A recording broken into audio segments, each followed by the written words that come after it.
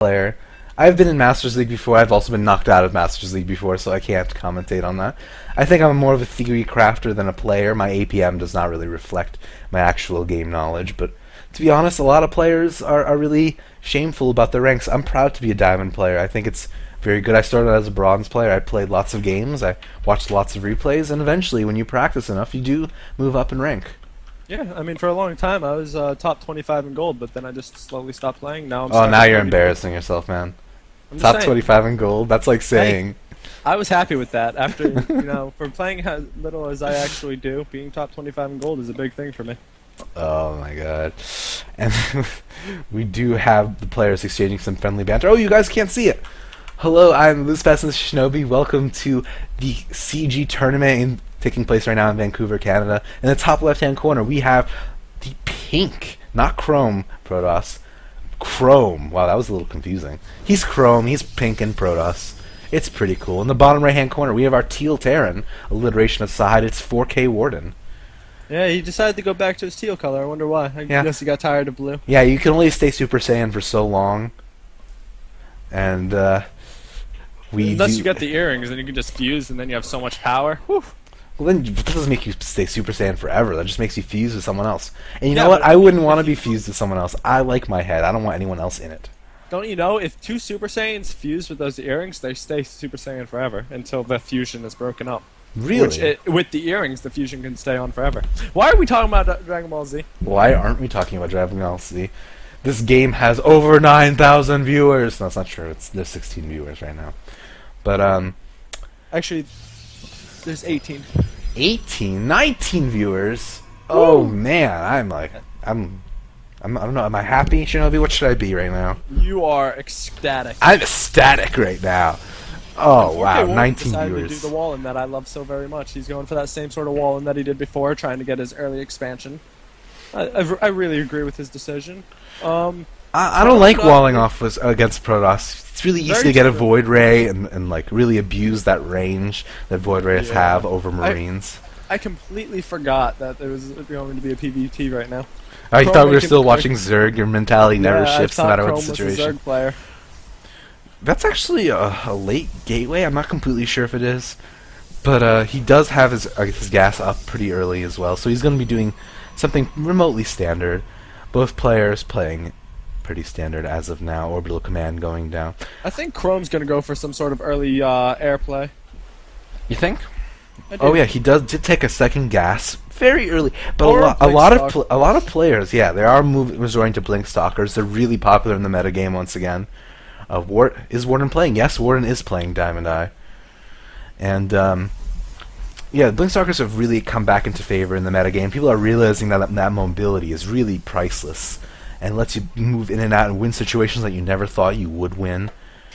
And if Especially you have good once enough blink, you get really good at Blink Stalker micro, Oh, that just it pushes those stalkers over the top in skill level, and they're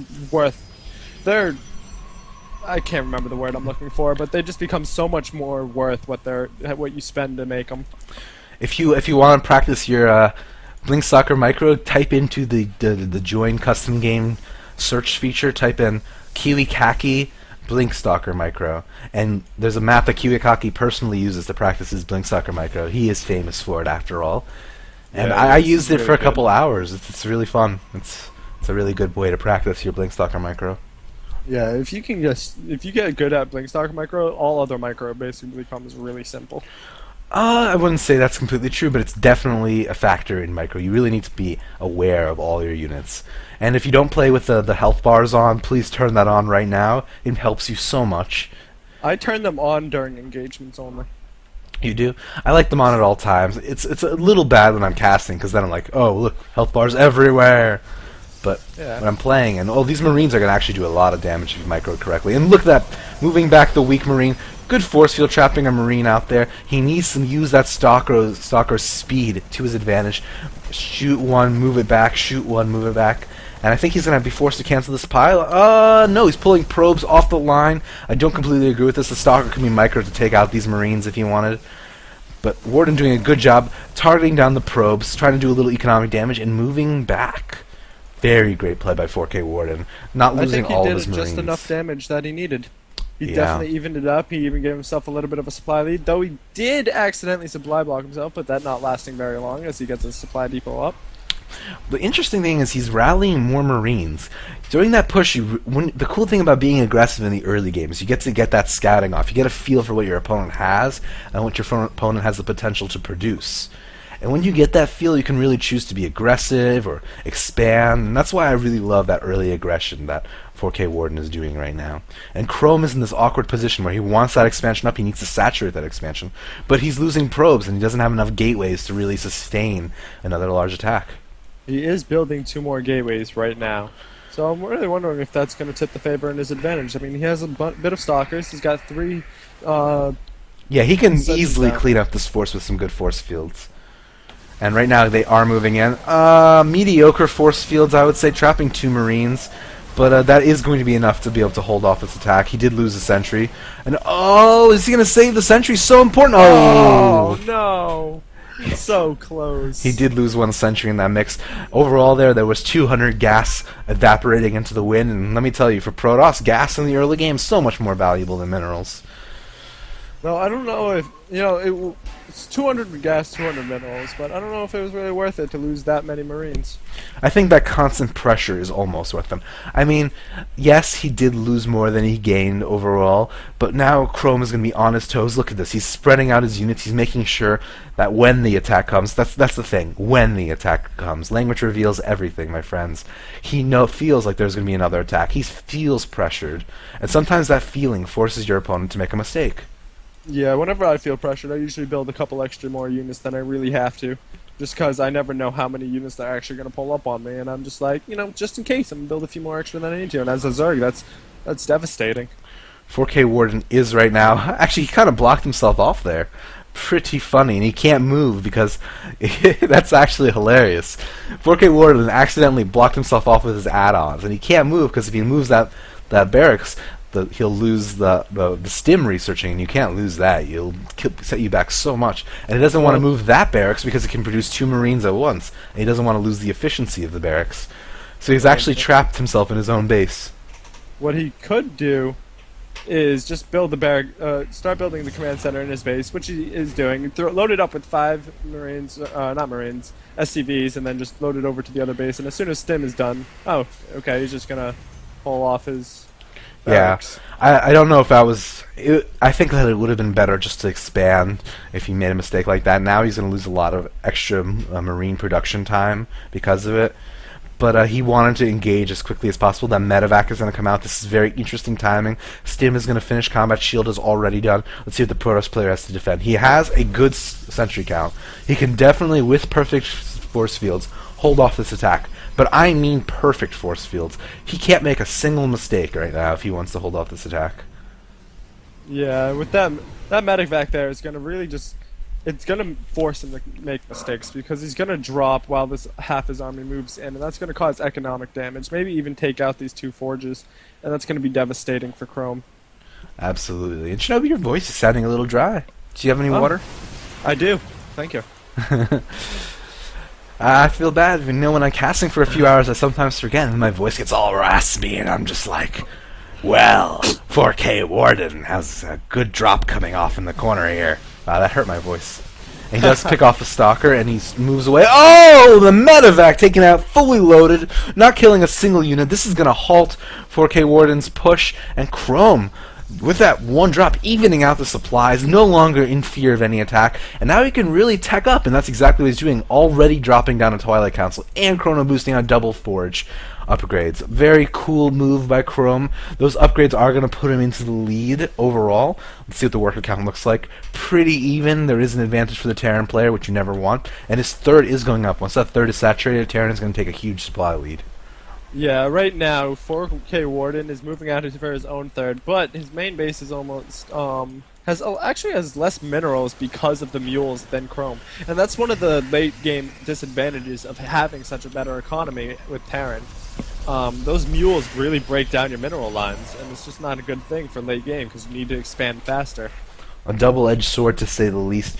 Right now, we have an interesting dynamic to this game, where 4K Warden is able to produce more units, but Chrome is able to produce more, well, upgraded units. And we do have a drop right now in the main, picking off a lot of workers, and I think he's just going to leave... Oh, he actually manages to pick up and get away. The minerals proving a barrier against the medevac, making the Stalker stuck for Chrome, and the medevac does get away with all the units in it.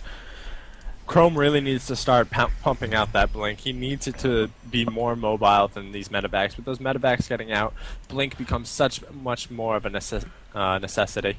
That's absolutely true. I agree completely. And he did scout those double forges. And Terra never wants to be too far behind in upgrades in this matchup, because Protoss, with their Chrono Boost, can get super far ahead in upgrades and make your units look like child's play. So we do see a second engineering bay being thrown down for 4K Warden, and a fourth base in the top middle corner. Middle corner. I really agree with the 4K's decision to expand a second time. He does have Chrome backed against the wall, forced into a defensive position. He doesn't really need to worry about any attacks coming out anytime soon. We do see that 4K Warden has started Viking production, which is actually a very smart move. It's a risky move, I think, because he didn't really scout anything at the time to suggest Colossus play. It looked more Templar leaning towards, but he did make the right call. A robotics bay is on the way, and it's possible Colossus will come up very shortly. Yeah, it's always good. It's sometimes good to make preemptive decisions, and even if he made 1, 2, or 3 Vikings, engagement right now at the third. Great force fields being put up. One Marauder being lost. Will he snipe that? No, he does not.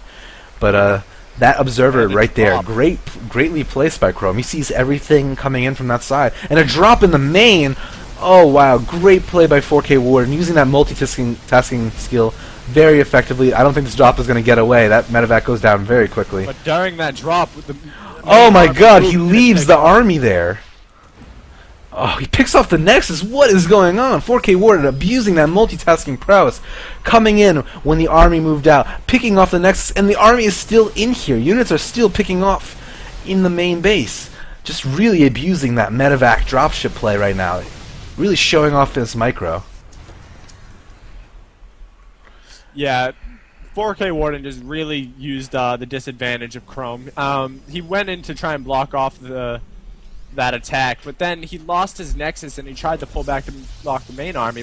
Because of that, he never took out the drop, and 4K Warden in that time managed to just save all his units, basically. I mean, he lost the drop in the long run, but he just took a huge advantage. And now there's almost no point for Chrome to even make Colossi because of the huge Viking count that's already out. He should really just go for Templars. He is going for Colossi regardless, and he does have +3/3 coming on the way. And I think the supplies really tell the story right now. 131 to 200, 200. 4K Warden showing his class in exuberant colors, maxing out at the 16-minute mark. It's 17 minutes now, but he was maxed out for a little while. And I'm just so impressed right now. This is not the same player that we saw play against that Zerg a little bit ago, a while ago. He's just I think so he strong. Was a little bit afraid during the Zerg yeah, fight. wow. He's just so confident right now. He's so on the map, so present, so good at multitasking. And I think we're about to see 4K Warden just crush through the Protoss army.